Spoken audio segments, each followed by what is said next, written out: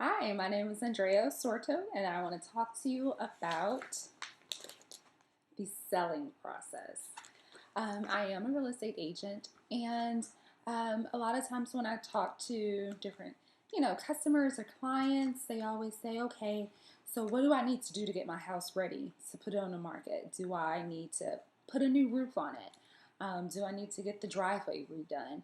Um, do I need to add another bedroom? Do I need to put granite countertops?" Um, and I know that a lot of times they're saying this because they watch shows on HGTV.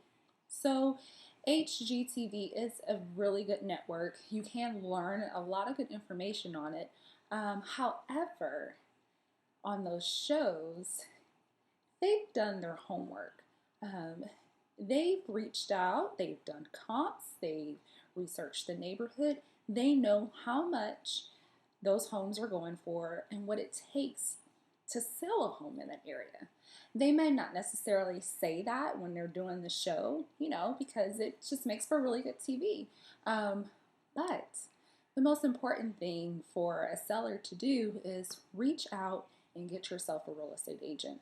Let that agent run comps in the area so that way they can tell you what are houses selling for, but not only that, what type of homes are selling. Are they renovated? Um, do you have to do certain things to your house? It's probably not the best practice to talk to a neighbor or, talk to a friend of yours who stays on the other side of town because every neighborhood is unique. And so it's really good to get with an expert to find out what will it take for you to sell your house? What do you need to do? So there are areas in a house that will give you more value. The kitchen. Everyone knows that the kitchen sells. But for the house that you have, at the price you are wanting to sell, or at the price that the house will sell, will it benefit you to add granite countertops? Will you get that money back? Some areas you can leave it as is. You can put paint, you can change the hardware, you can clean it really good. So it's really important to get with an agent that is familiar with the market in that area and find out what is the best thing that you need to do. What are your options? Of course, if you need to put a new roof because it's leaking, then yes, put a new roof. But if you feel like you're just doing that because it's something that you saw on a TV show, I wouldn't recommend it.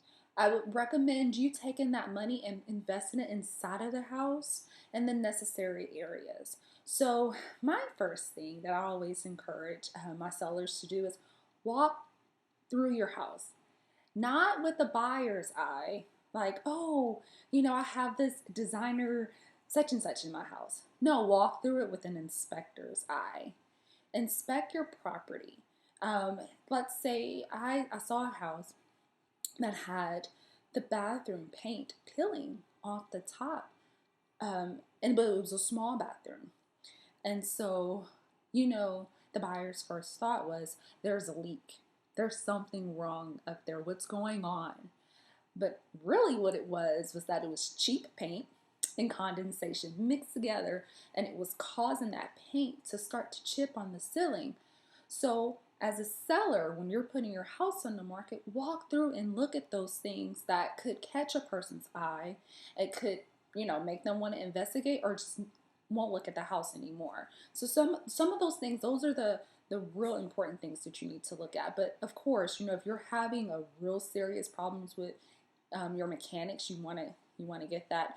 Either it depends on how much it costs. It could be negotiated in your deal. If it's something not working, you can be negotiated. So that's why it's really, really important to get with an agent and get that education and find out what you need to do before you start spending money.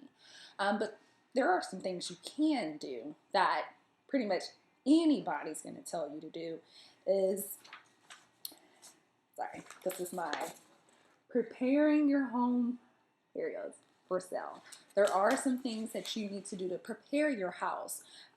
Whether you're waiting to talk to an agent, this is something you can start on your own so that way when the agent comes, you're ready to go. The first thing is start airing out your house. It's funny, there's commercials that, you become nose blind. I mean, we all do, but that's one of the things when a buyer walks into the house is what if they're impressed upon the smell of a house. Air your house out, start to clean, the spring cleaning everything, cleaning the walls. If there's some painting that you need to do, go ahead and get that paint done. Your floors. Um, Carpet is a really big thing. If you don't have the money to change out the carpet, get those carpets clean. If you have the ability to do it, try to redo your flooring to where you have one, maybe two different types of flooring. That's one thing that buyers like. They like when there's a flow in the house, where it's not going from different types of flooring. So that's something that you can work on your own. But then again, you have to look at the expense in that. Are you going to get that money back? Another thing is decluttering. Go ahead and get a storage. Start decluttering your house, because if you don't have a lot of space available, because maybe you just have a lot of things, that buyer's going to say, this house is too small. This house doesn't have any storage. I'm going to go look at the other house that's for sale on the other block. So you want to start to declutter your house. Start to clean your house, spring cleaning, different things like that. If if your kitchen is dated, go ahead and start maybe working on those things. Those are some good things from HGTV that you can think about. But again, get with the real estate agent. Find out what can you put your house on the market for. Get that number first. And then don't take too much time, because the market changes a lot. But from that point, then you can create a plan, okay? Between you and your agent, create a plan on what you need to do to bring your house up to date, to get it on the market, get the money that you're wanting, and making everything work out. So, like I said, there's tons of things that you can find online, just all kind of different tips. But the main thing is, don't spend until you know what you can put your house on the market for, because the worst thing you can do is put too much money in a home, and the surrounding homes are not going to allow you to get that money back. So, well, if you have any questions or you need any assistance, reach out to me. This is my business card. Can you see it? So it's I'm Andrea with Coastal Dream Properties. You can send me an email at listwithcrick, yes, like a cricket, crick, at gmail.com. I would love to help you, help you navigate through the selling process. Or if you're looking to buy, I'll be happy to help you with that. But then again, always remember, check with the agent first. Find out how much your house is really worth before you start spending.